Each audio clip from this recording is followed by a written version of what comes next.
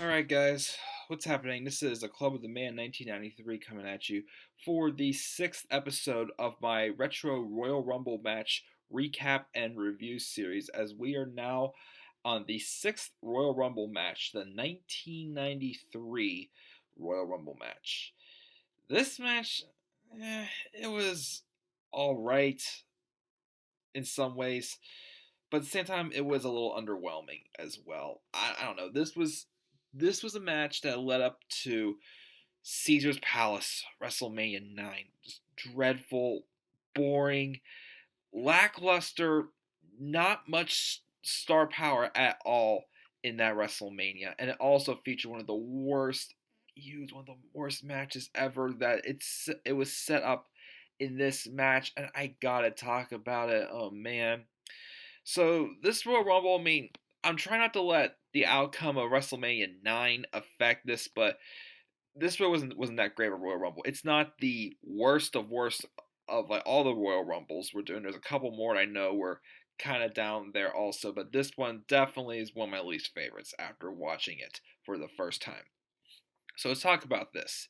The 1993 Royal Rumble. It took place though, but during this time, again, this is around the time where in the early 1990s, a lot of superstars were leaving the WWE, heading to WCW. Hogan was no longer being pushed as the top guy, even though he did win the championship in an impromptu match against the winner of this Royal Rumble at WrestleMania 9, which that was a bad mistake because the Hogan era was pretty much done in the WWF at the time. Um, People were pretty much getting tired of him as well, so it was time for him to move on as he was getting ready to transition over to WCW. Um, but Again, this is the time of steroid era, so the talent was pulling very thin for the WWF. Wasn't some of the good days. As we said to the mid 1990s, like in 1995 and 96. Boy, those were some nasty days as well for them as well, especially the Royal Rumble match in '95, which I people consider that the worst one. Which I have my own opinion which one I feel is the worst one. We'll get to this shortly. So yeah, this is what suffered too because the lack of star power. Because in 1992 we had all the star power, the great storytelling with Ric Flair making himself known in the WWF after the great performances he had in the NWA. And then we get to this match. We had no Jake the Snake Roberts. We had no Hulk Hogan. Um, who else was not in this match? I can remember off the top of my head. We Savage was in there. No Psycho Sid Justice. No Piper, not or whatnot. Nope, just a bunch of low card guys. Um, but yeah. So let's get on with this and let's get this one out of the way. It took place on January 24th, 1993. Year I was born, but I wasn't born yet. I was born in September. On the location that was at the ARCO Arena in Sacramento, California. And for the first time, or the second time, there was a stipulation to the Royal Rumble, but for the first time, it was what the Royal Rumble is known for today. The winner gets a title opportunity at WrestleMania. So where we're facing the current World Wrestling Federation champion, Bret the Hitman Hart, who's being pushed as the top baby face as at this time at WrestleMania 9. We start off though with the Nature Boy Ric Flair at number one, which he won at number three last year. So Bobby the Brain Heenan was putting him over again, is doing it again this time from number one. Unfortunately, it's not the case as Ric Flair was having his foot out the door as he was heading out to WCW as well, and he actually would, I believe, finish up his first run in the WWF. Well, his only run in the WWF because when he came back, well, I'm sorry, it was 2001 was. No, 2002 was when the WWF became WWE. So it would be the first end of his first run. But as the following night on Raw, he would be eliminate. He would lose um in the loser leaves the WWF match against Mr. Perfect in their feud they were having. So yeah, he came out number one. Number two was Mr. Bob Backlund, who despite was just veteran, like not in really much of a big name anymore. He got the big Iron Man push and set a record in this match. We'll talk about that as well. Number three was Papa Shango. Who the heck is he? He was eliminated by Ric Flair. Number four was the $1 Million Man Ted DiBiase, who last year he only got about a minute 18 in that Rumble, which was still a good Rumble again, but he only got about a minute 18 in that match. But he got a lot more showing here because he was a good worker. Number five was Brian Knobs, the guy, the unknown man who was in The final three 2 years ago. Number 6 was Virgil, who of course went after DiBiase because they had their history of being together. Now they weren't. DiBiase eliminated Knobs. Number 7 was Jerry the King Lawler.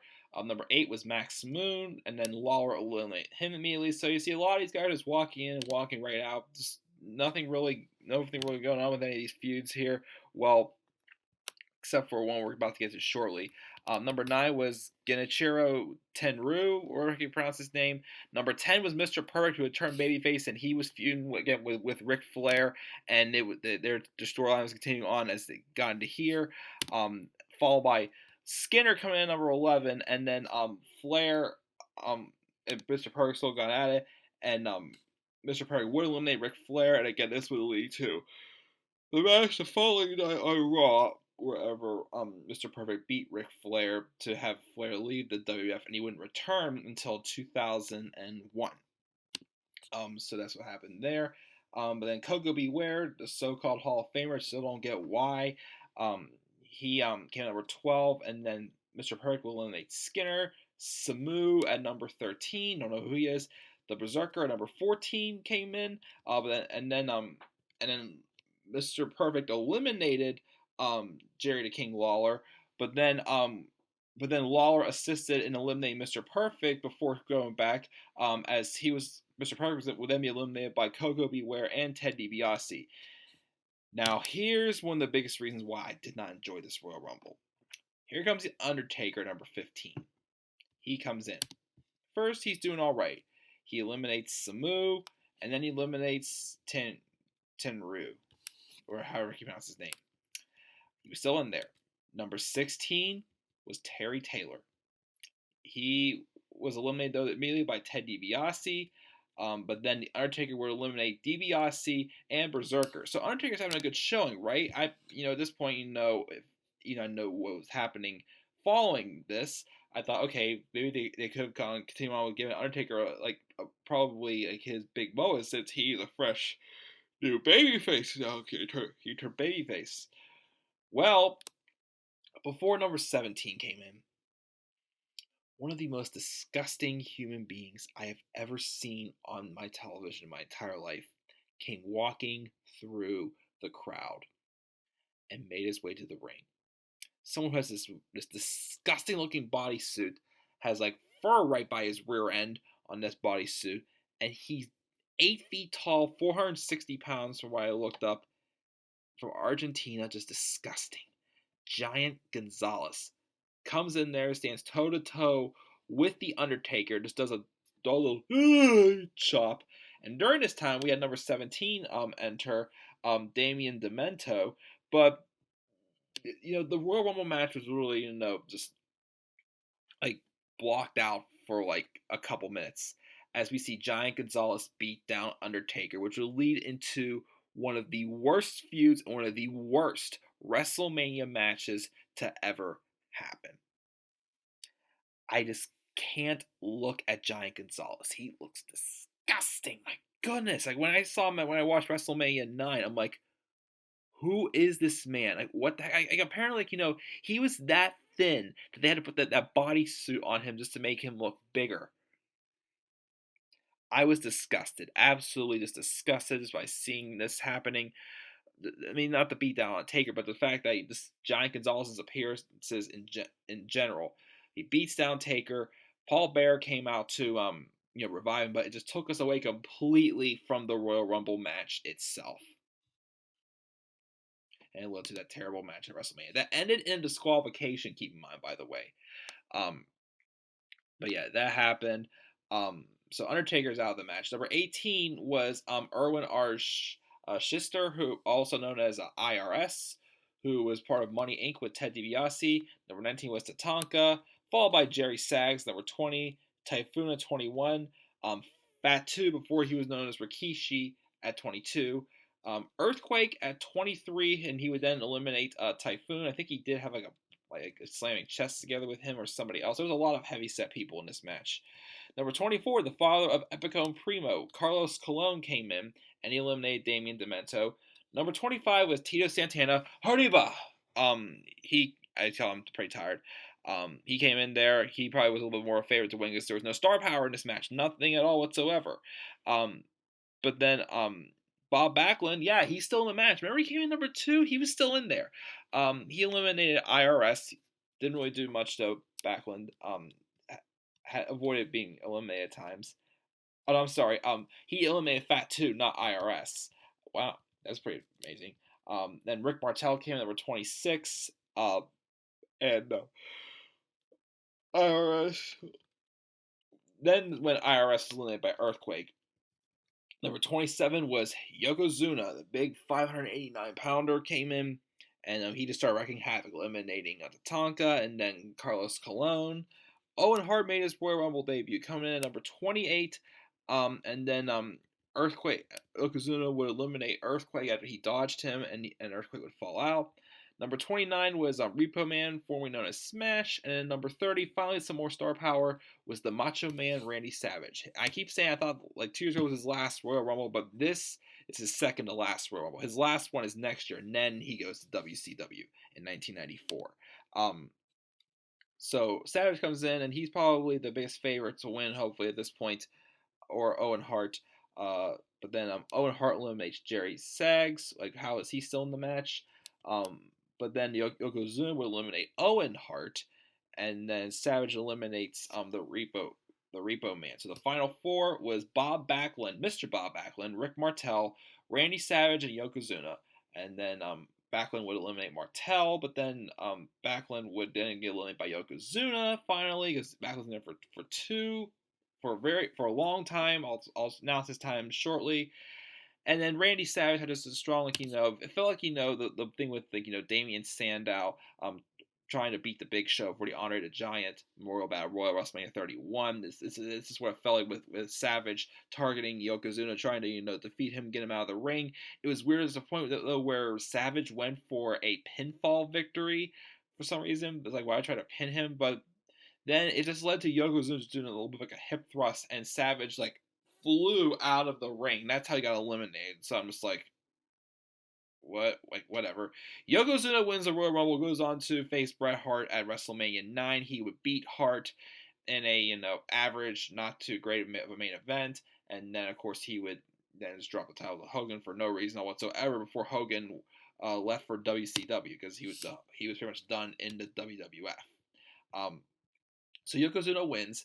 So the longest time was Mr. Bob Backlund, who set a new record, breaking Flair's record from 1992, as Backlund's in there for an hour and 1 minute and 10 seconds.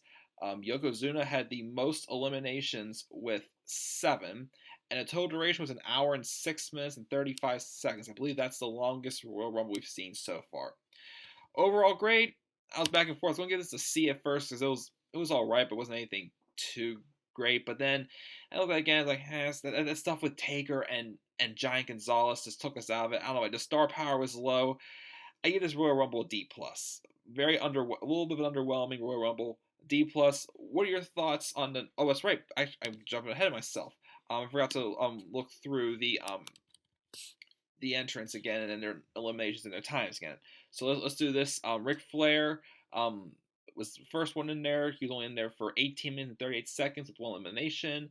Again, he would leave the WWF the following night after losing to his match against Mr. Perfect on Raw. Bob Backlund, I said, was in there for an hour and 1 minute and 10 seconds. He had 2 eliminations, but he was just floating around. Papa Shango was only there for 28 seconds because he didn't eliminate anybody. Teddy DiBiase had 24 minutes and 55 seconds, 4 eliminations. Brian Knobbs, 2:58, no eliminations. Number 6 was Virgil, 17:08, no eliminations. Number 7 was Jerry King Lawler, 14 minutes and 35 seconds, 1 elimination. Number 8 was Max Moon, 1:56, no eliminations. Junichiro Terayu, 13:17, no eliminations. Mr. Perfect in there for 9 minutes and 15 seconds, 3 eliminations, had a strong babyface outing for Mr. Perfect. Skinner was there for 3 minutes and 5 seconds, no eliminations. Coco Beware, 8:31, 1 elimination. Samu, 4:49, no eliminations. The Berserker, 5:21, 1 elimination. And then Undertaker was there for 4 minutes and 14 seconds, had 4 eliminations before Giant Gonzalez came in and just ruined the fun. Terry Taylor was in there He was only there for 24 seconds. He had no eliminations because Ted DiBiase eliminated him as well. Actually, real quickly, I forgot to mention also Terry Taylor was also formerly the Red Rooster. Um, but then we had Damian Demento in there for 12 minutes and 27 seconds, no eliminations. IRS, 16 minutes, no eliminations. Tatanka, 17:34, no eliminations. Number 20, Jerry Sags, 21:50, no eliminations. Why was he in there that long? Who the heck is he, anyways? Typhoon was in there for 5 minutes and 12 seconds, no eliminations. Fatu, before he was Rikishi, 6:32, no eliminations. Earthquake was in there for 11 minutes, 2 eliminations. Carlos Colon, 7:25, 1 elimination. Tito Santana, Hariba, 11:01, no eliminations. Rick Martel, 11:23, no eliminations. Yokozuna, who won again, who was only there for 14 minutes and 53 seconds. He had 7 eliminations.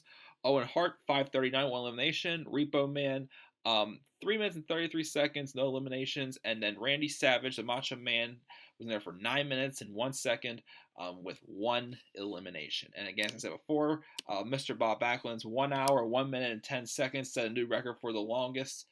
To be in the Royal Rumble match by one superstar. Yokozuna had the most eliminations this year with 7, and the total time was an hour and 6 minutes and 35 seconds, and my overall grade is a D plus for the 1993 Royal Rumble match. Now I can ask you now, what are your thoughts on the 1993 Royal Rumble match? Leave thoughts down in the comment section below, and be sure to always click that like and subscribe for content on this channel. Follow me on Twitter at DemandAirboy93. Also, if you haven't done so yet, make sure to place your votes for this year's NXT Year in Review Awards as well. I posted mine tonight on my live review of NXT. And tomorrow, I guess I will try to knock a couple more of these out. I will get back to Shabs 2000 next week. I just wanted to get a good start on these Royal Rumble recap reviews. So far I got 6 done now in the first couple days of the new year. I try to get these done before the Royal Rumble on January 28th. So I have 25 days left. So thank you again for tuning in, guys. Until then, have a great night.